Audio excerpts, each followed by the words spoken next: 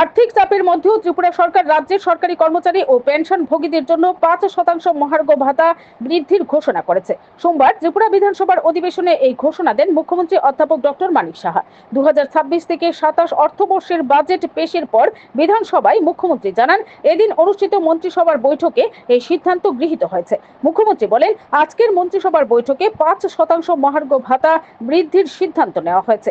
রাজ্যে বর্তমানে ১,০২,৫৬৩ জন সরকারি কর্মচারী এবং ৮১,৬১৯ জন পেনশনভোগী রয়েছেন।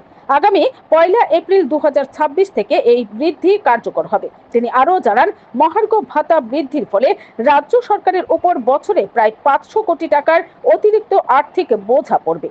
এই বাড়তি ব্যয় মেটাতে সরকারকে অতিরিক্ত অর্থ বরাদ্দ করতে হবে বলেও তিনি উল্লেখ করেন। তবে এই ঘোষণার পরে বিরোধী শিবির থেকে প্রশ্ন তোলা হয়। কংগ্রেস বিধায়ক সুদীপ রায় বর্মন এবং বিরোধী দলনেতা জিতেন্দ্র চৌধুরী জানতে চান, অর্থমন্ত্রী প্রণজিৎ সিংহ রায়ের বাজেট ভাষণে কেন মহার্ঘ ভাতা বৃদ্ধির বিষয়টি উল্লেখ করা হয়নি। এছাড়াও বিরোধী দলনেতা রাজ্যে মোট কতজন চুক্তিভিত্তিক কর্মী রয়েছেন এবং তাদের ক্ষেত্রেও একই ধরনের আর্থিক সুবিধা প্রযোজ্য হবে কিনা সে বিষয়েও সরকারের কাছে স্পষ্টীকরণ দাবি করেন। এ বিষয়ে ট্রেজারি বেঞ্চের পক্ষ থেকে জানানো হয়, বিরোধী সদস্যদের উত্থাপিত প্রশ্নগুলির বিস্তারিত জবাব পরে বিধানসভায় দেবেন মুখ্যমন্ত্রী। সরকারের এই সিদ্ধান্তের ফলে রাজ্যের মোট প্রায় ১,৮৪,১৮২ জন কর্মচারী ও পেনশনভোগী সরাসরি উপকৃত হবেন বলে মনে করা হচ্ছে।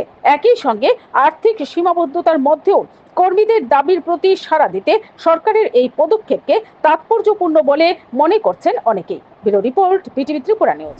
রাজ্য সরকারের ফিনান্সিয়াল কনস্ট্রেন্ট আছে, তবুও আমি রাজ্যের কর্মচারী এবং পেনশনারদের সাথে ৫% দিয়ে ঘোষণা করছি।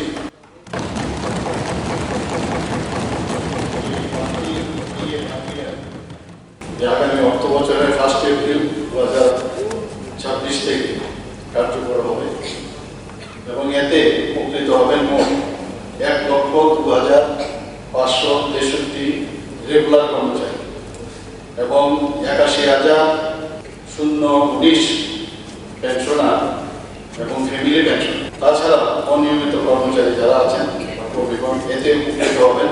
এতে মোট ব্যয় হবে বার্ষিক প্রায় 500